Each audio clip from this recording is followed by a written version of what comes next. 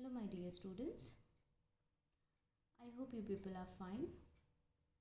In our previous video, we have started with a chapter that is structured query language.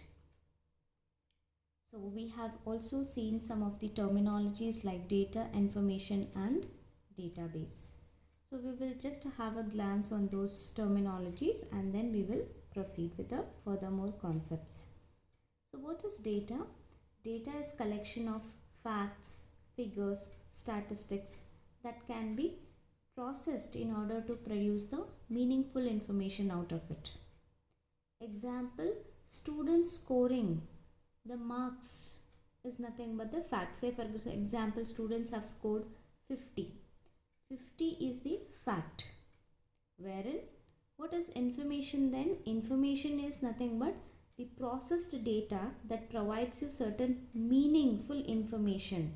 It may again represent the numbers, figures, facts, statistics, but out of it you are getting certain meaningful information, then such kind of data I can usually refer it as a information. Wherein looking at the marks card of the students, you can come to know about the total marks he has scored, the total percentage he got, okay, then such kind of a data I can say it as an information.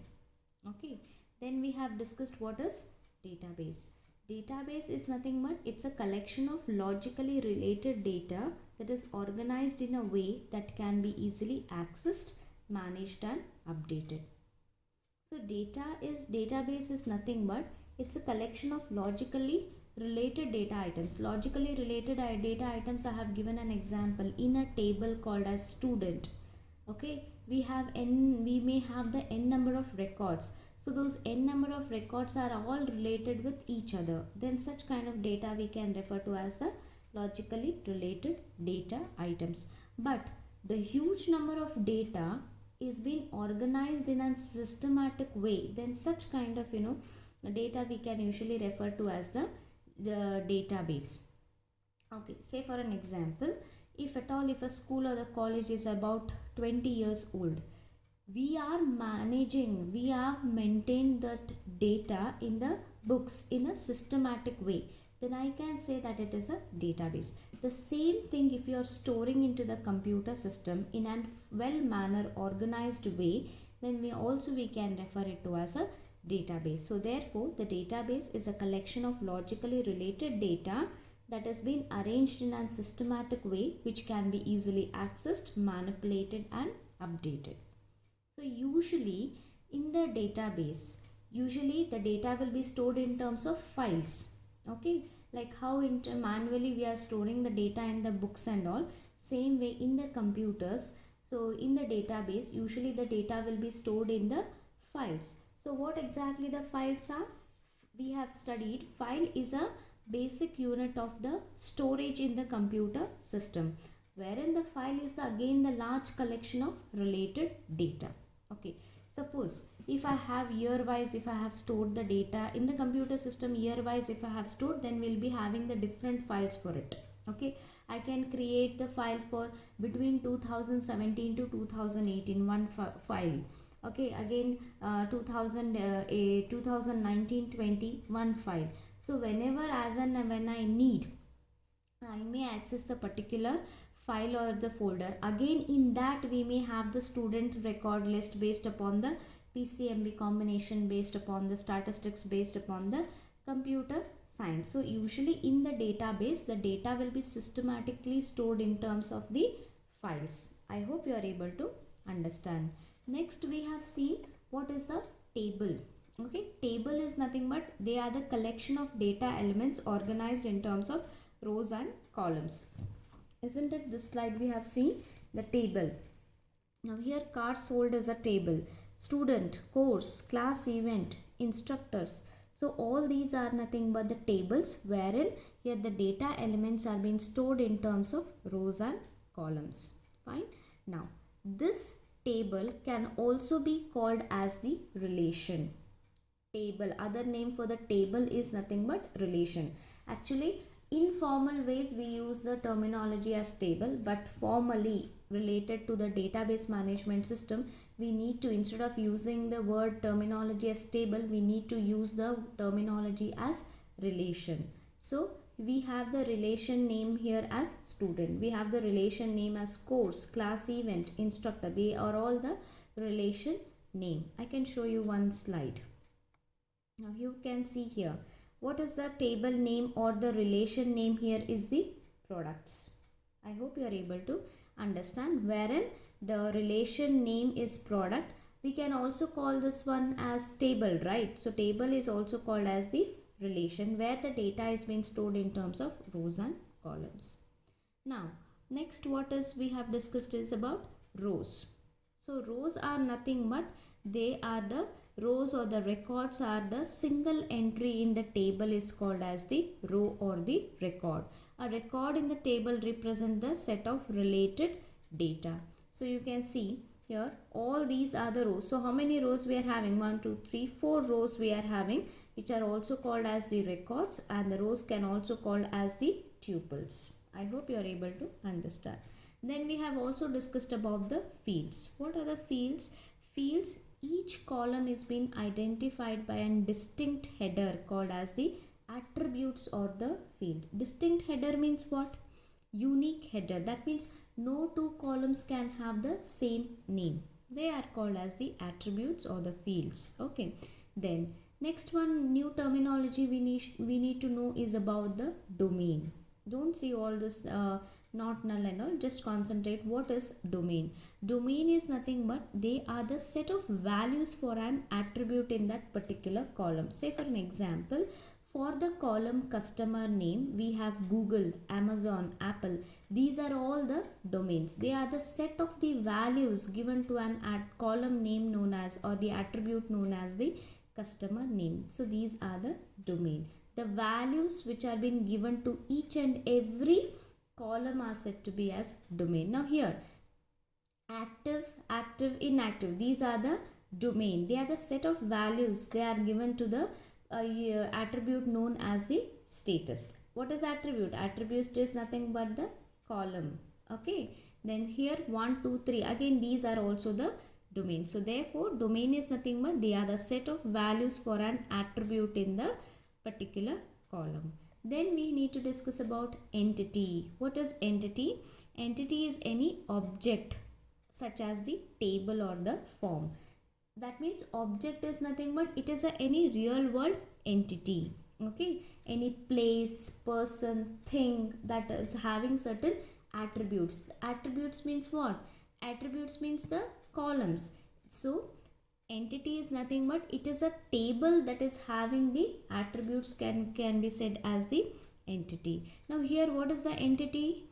In this example our entity is product. Product is a real world entity that is having its attribute. Then I can say this products as an entity. So here in this example we have product as an entity. In this example entity is car sold table because it is representing a real world object that is having its own attributes. Again student is an entity, course is an entity, class, event, instructor.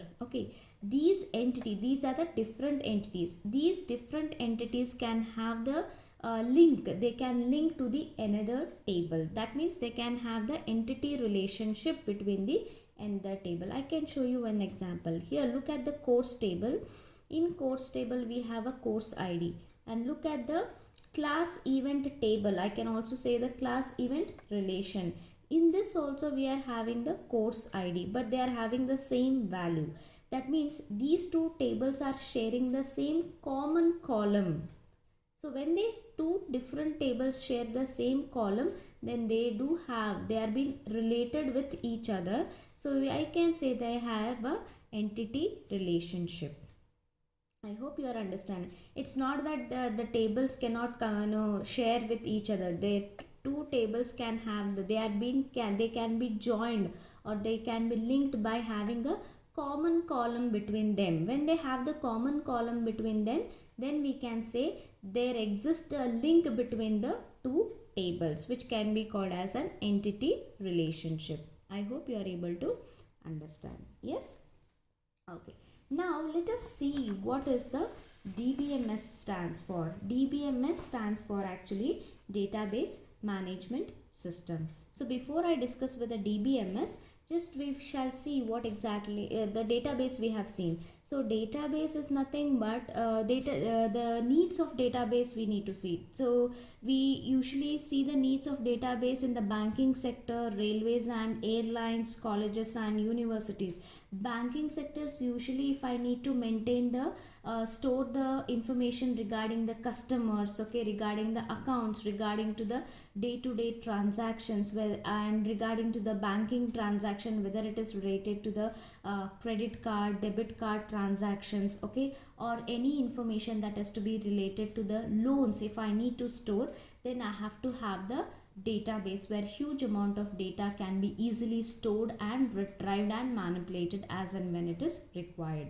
And even the in railways and airlines is also they are using the database in order to store the information regarding the reservations, regarding the schedules, scheduling information, such as for the scheduling of flights, delaying of flights, okay, scheduling timings related to the train or buses or the airlines. So to maintain all such data, we need to have the database at the back end. Then we also database are also extensively used nowadays in colleges and universities in order to maintain the students information, okay, like course, their registration, their grades and all the details regarding to the students. We need to maintain it in the database, okay. So these were the some of the applications. Other than that also we have the different application, but commonly used applications are these. Now let us see what exactly the DBMS is. DBMS is nothing but it is actually stands for Database Management System. It is a software that allows the users in order to perform the operations on the database, such as creation, definition and manipulation of the database. See, as I said, the database is the one where we have to store the huge amount of data. So there should be certain means to access that database, okay. That means we need to use certain software to access that database. We need to use certain software to store the database, to access as well as manipulate. The what is the software that we are using is the DBMS, that is Database Management System. Therefore the definition of database DBMS is it's a software that allows the user for the creation, definition and manipulation of the database. Now what exactly this defining the database means? So it actually involves specifying the data types, structures and constraints for the data to be stored in the database. The data types means, like for example, in how C and C++ we are having the data types like integer, floating point, isn't it, character. Same way in the database also, in the DBMS software also, in order to define the data, we have the particular database, they are having structures and they are having certain constraints. Constraints means rules in order to store the data. Creation means it is the process of storing the data on the storage medium that has been controlled by the DBMS software. So it sees to that how the data has been systematically stored. Then manipulation means it will allow the database include such as querying the database to retrieve the specific data and updating the database in order to generate the reports from it. See, as I said, we can retrieve, we can store, we can update. So through what we are able to access, we need the software. Through the software, we need to write the queries. With the help of the queries, we are able to store and retrieve and manipulate the data. See, for example, in case of C++, we are writing the programming language. With the help of programming language, we are able to execute the programs and we are able to perform the calculations. Similarly, in order to fetch the database, we need to write the queries. Okay, then let us move on to the SQL. What is SQL? SQL actually stands for the Structured Query Language. As we know that SQL stands for the Structured Query Language.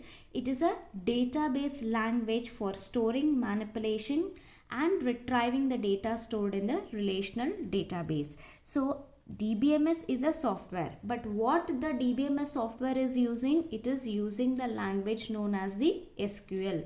that is the structured query language in order to store, manipulate and retrieve the data stored in the relational database. Now what is this relational database? It is a database which is made up of the set of tables, plus it is also having a common field that is existing between the two tables that creates the relationship between them. Such database are usually referred to as the relational database. Previously we have studied what is database. Database, therein, okay, therein the data is being stored in terms of files, but whereas in case of relational database we have stored the data in terms of the tables, plus the tables can have the common column between them and they can have the relationship between them. Then such kind of database are usually referred to as relational database. Then SQL, structured query language, is a database language in order to retrieve and store and manipulate the data in the relational database. I hope you are able to understand. We need to clearly understand what is database, okay, what is DBMS, it's a software, then what is the that is SQL, structured query language. Okay, then next we are going to study about the history of the DBMS. History of the DBMS. So here are the some more of the examples of the table. Okay, so later we will be discussing about it. Database terms are completed: files, tables, records, tuples, fields, and domain and entity. Okay, now let us see how exactly the database works. See, this is the database wherein in database the usually data is being stored in terms of the files. Then what language I am using, that is SQL is a query language. Okay, by writing the queries, okay, it's a database language. By writing the queries I am able to store the data into the database, and by writing the queries I can even retrieve the data from the database through a language, database language known as the structured query language, with the help of the software known as DBMS, that is database management system. I hope the concepts are clear. Okay, let us know about the introduction of the structured query language. So the structured query language, as I have discussed, it is a database language for storing, manipulating and retrieving the data that is stored in the relational database. So in the year of 1970, person known as Dr. E.F. Codd of IBM, okay, he actually described the relational model for the database, who has been known as the father of relational database. What is the relational database I have discussed? Wherein the data has been stored in terms of tables. Actually, there was a simple database. Initially, there was a simple database where the data was being stored in terms of files. In the year of 1970, Dr. E.F. Codd actually, he developed a model. Okay, he developed a model known as relational model that was applicable to the database. In that relational model, he actually said how the data can be systematically stored in terms of tables.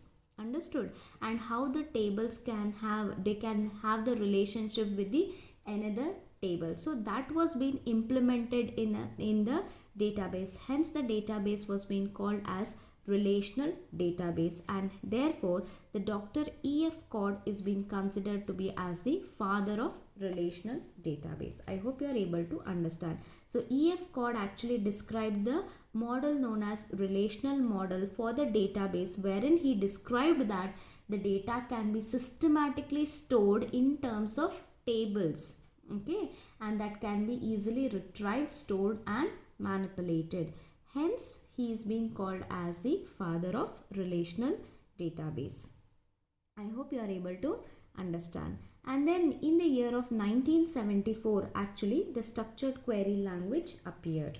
So then again in the year of 1986, IBM actually developed the first ever prototype. That means IBM actually developed the first ever model for the relational database, and it was standardized by the ANSI, that is the American National Standard Institute, and the first relational database was being released by the Oracle. So in the year of 1986, actually, what happened is the structured query language had come into year, that is 1974. So there were many relational database had come into existence. I'll tell you the examples. Many different relational database had come into existence. Then in that time, IBM actually developed a prototype known for the relational database, that is the SQL, that is a structured query language. It is actually developed as a standard. Then this structured query language became the common standard language for the